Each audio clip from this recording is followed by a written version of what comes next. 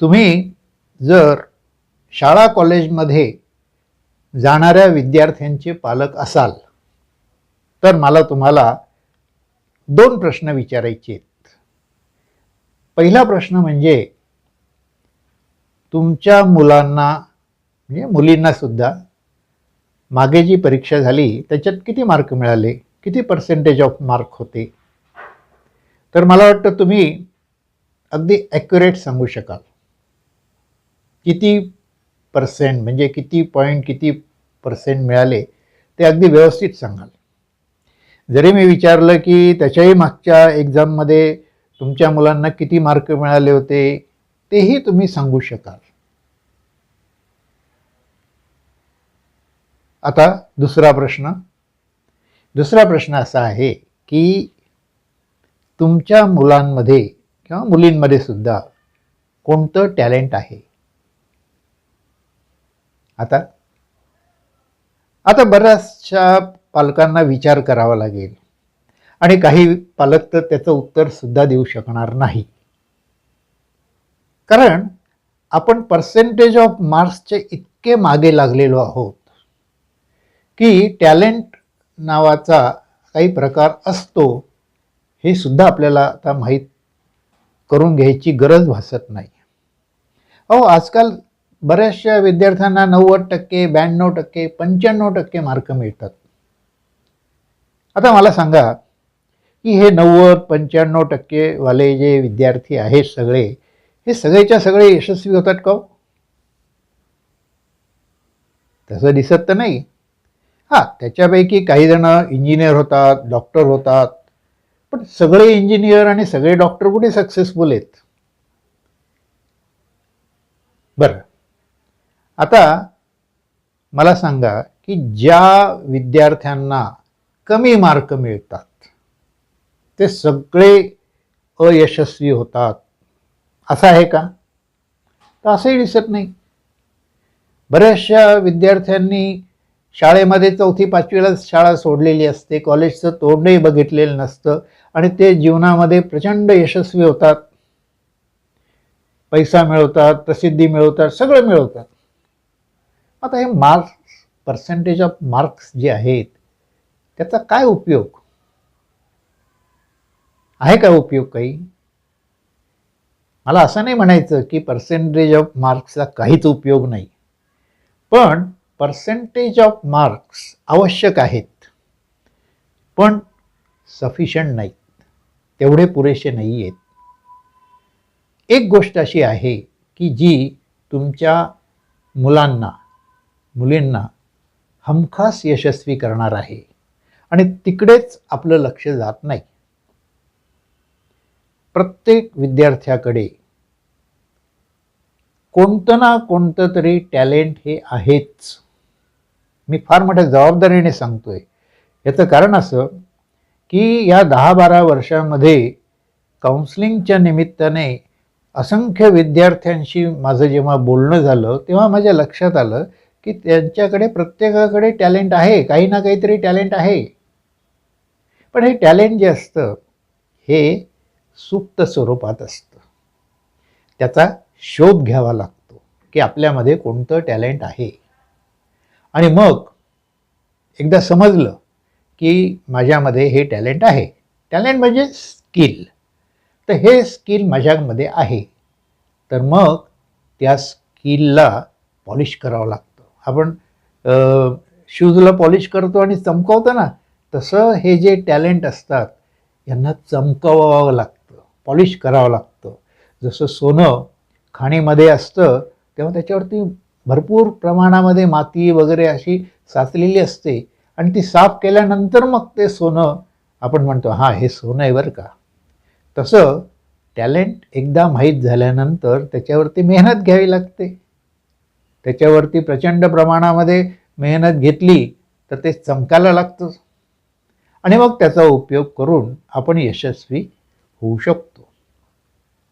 आता मला सांगा की हे जे टॅलेंट आहे हे जर यशस्वी करत असेल तर मग मुलं तिकडे दुर्लक्ष का करतात?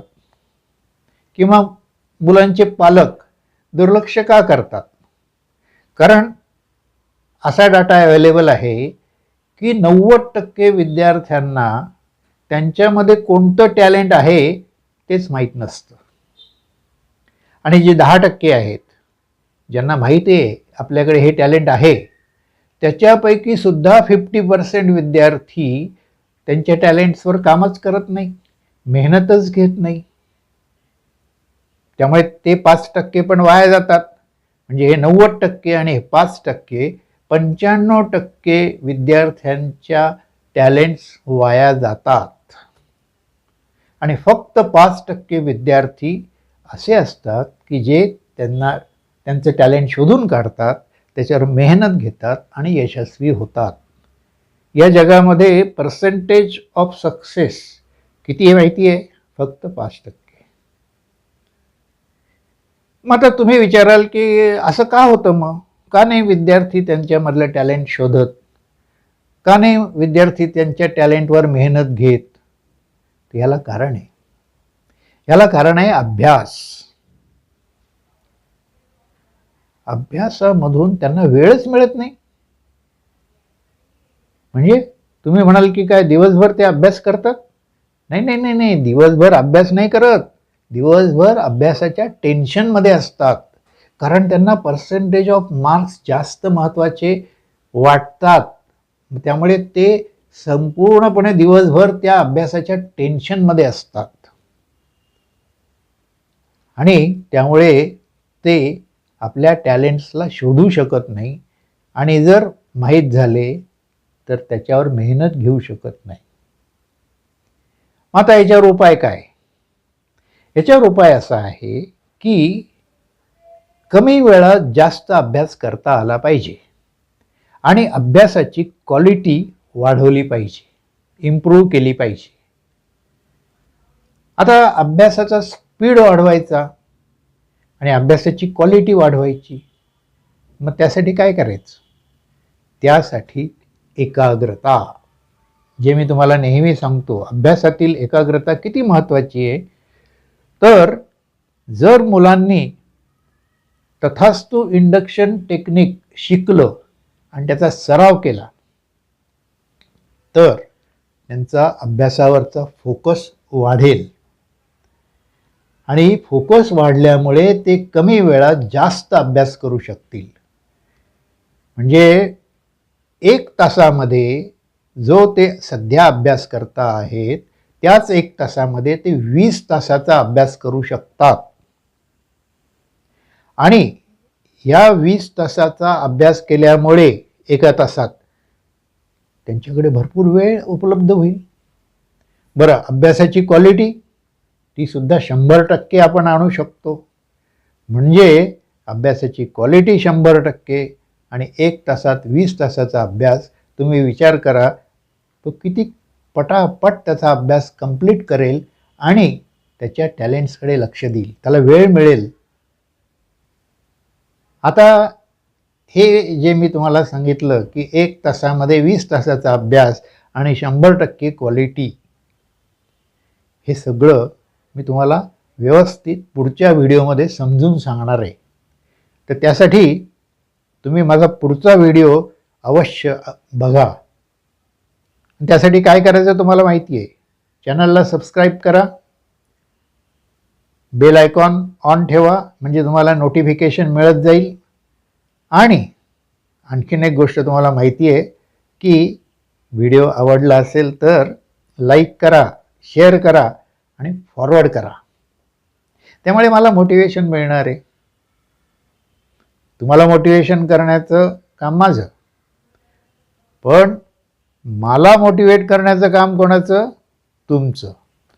तर मग या व्हिडिओमध्ये आपण इथंच थांबूया आणि भेटूया पुढच्या व्हिडिओमध्ये. अत्यंत महत्त्वाचा व्हिडिओ आहे, तुम्ही अजिबात चुकवू नका, अवश्य बघा.